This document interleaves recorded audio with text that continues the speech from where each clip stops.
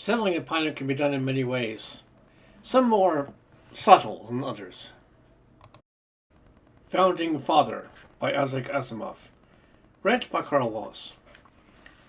The original combination of catastrophes had taken place 5 years ago, 5 revolutions of this planet. HC1259D by the charts, and the name was otherwise. 6 plus revolutions of Earth, who is counting anymore? If the men back home knew, they might say it was a heroic fight, an epic of the galactic core. 5 men against a hostile world, hurling their bitter own for 5 or 6 plus years. And now they were dying, the battle lost after all. They were in the final coma. A fourth had his yellow tinged eyeball still open, and a fifth was yet on his feet. But it was no question of heroism at all.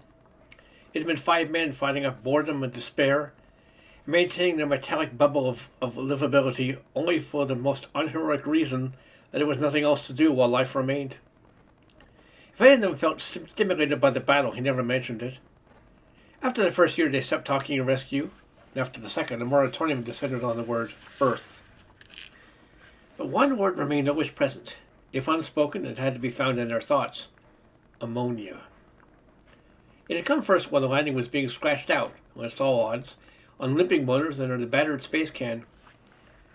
You allow for bad breaks, of course. You expect a certain number, but one at a time.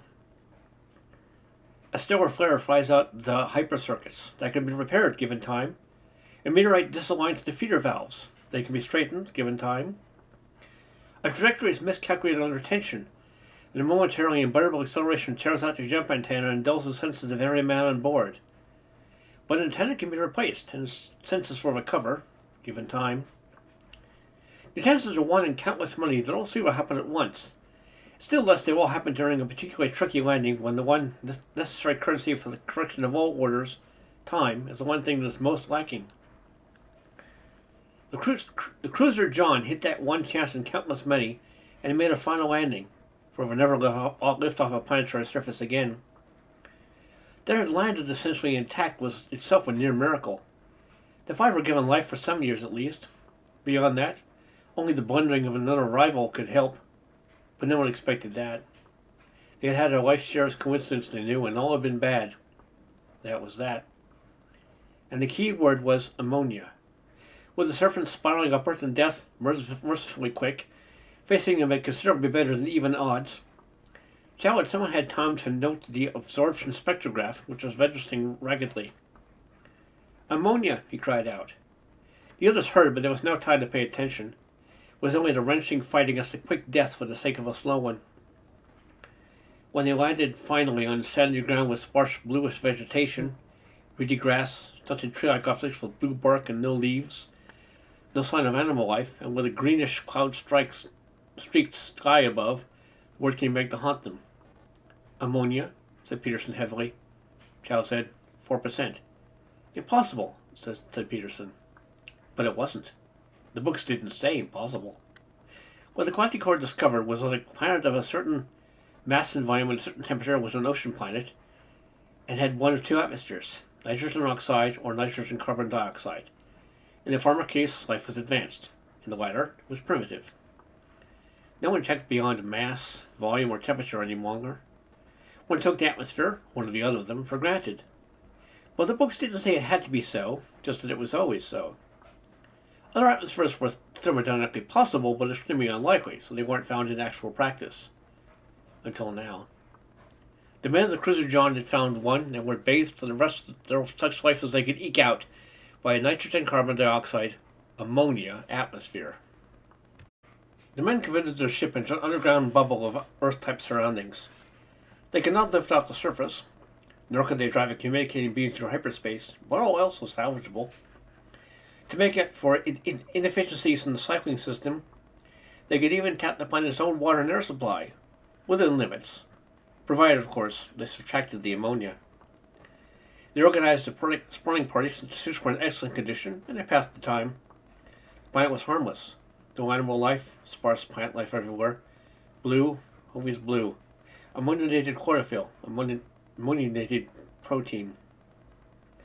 They set up laboratories, analyzed the plant components, studied microscopic sections, compiled vast volumes of findings. They tried growing native plants in the moon's atmosphere and failed.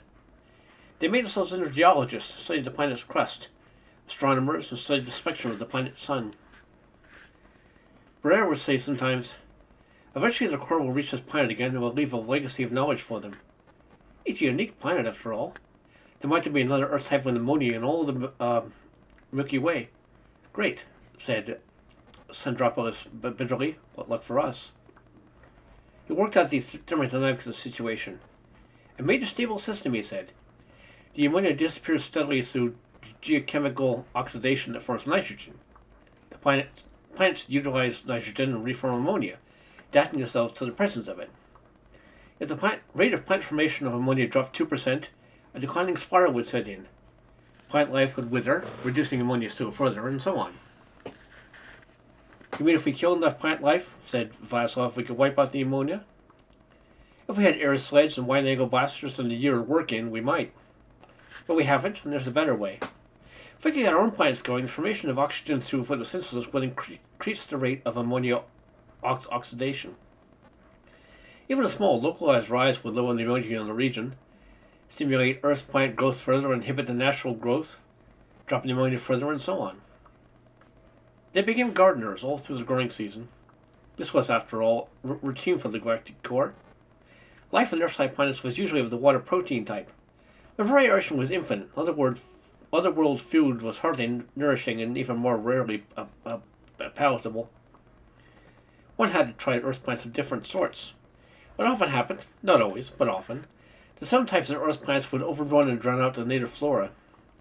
With the native flora held down, other Earth plants could take root. Dozens of plants have been converted into new Earths in this fashion.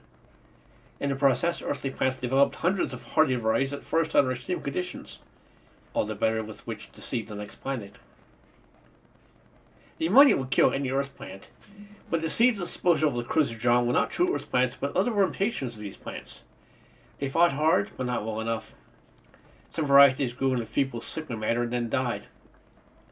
At that, they did better than microscopic life. The planet's bacteroids were far more flourishing than was the planet's scraggly blue plant life. The native microorganisms drowned out any attempt at competition from Earth samples. The attempt to seed the soil with Earth-type bacterial flora in order to aid the Earth plants failed. Vasilov shook his head. Wouldn't do anyway. For bacteria survived would only be by adapting to the presence of ammonia.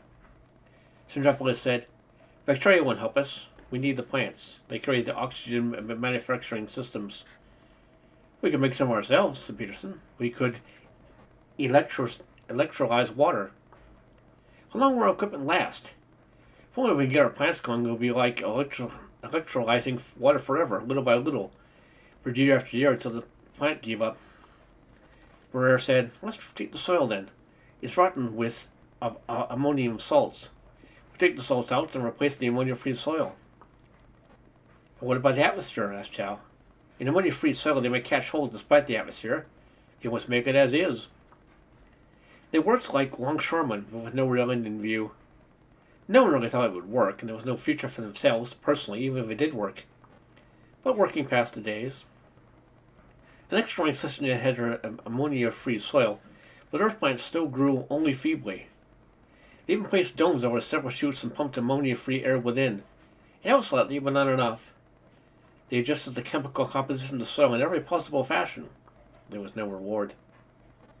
The feeble chutes produced their tiny whiff of oxygen, but not enough to topple the ammonia atmosphere off its narrow base.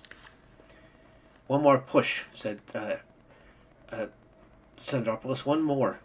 We're rocking it, but we can't knock it over." The tools and equipment bunted and wore out with time, and the future closed in steadily. Each month there was less room for maneuver. When the end came at last, it was with almost gratifying suddenness. There was no name to place on the weakness and vertigo. No one actually suspected direct ammonia poisoning. Still, they were living off the algal growths of what had once been ship hydroponics for years, and the growths for themselves aberrant with possible ammonia contamination.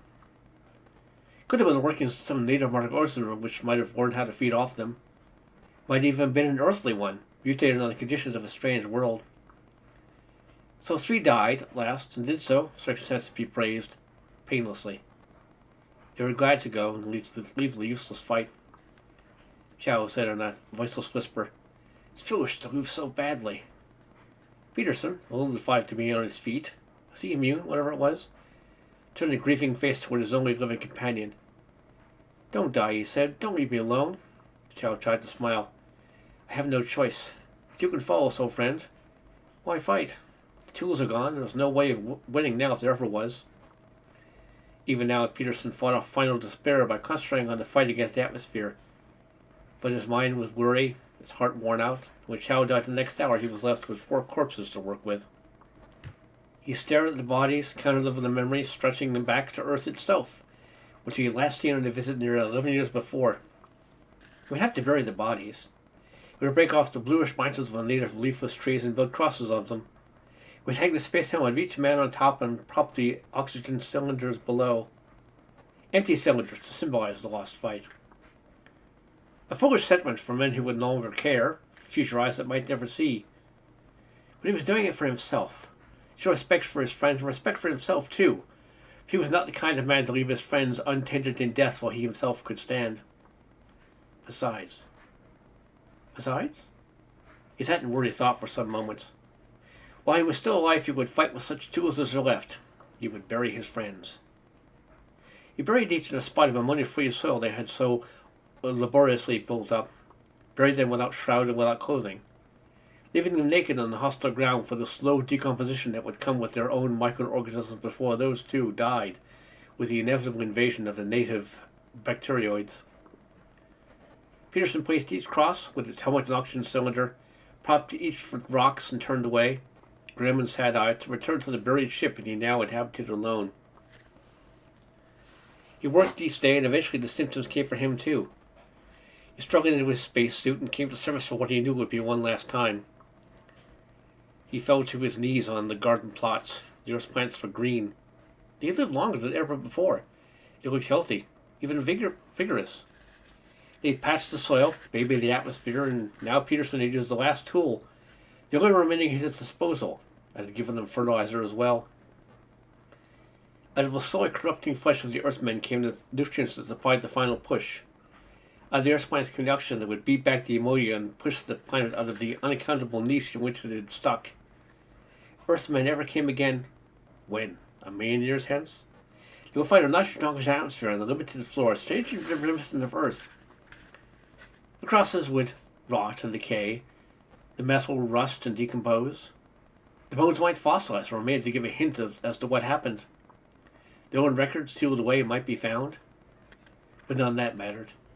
Nothing at all was ever found. The planet itself, the whole planet, would be their monument. And Peterson lay down to die amid their victory. The end.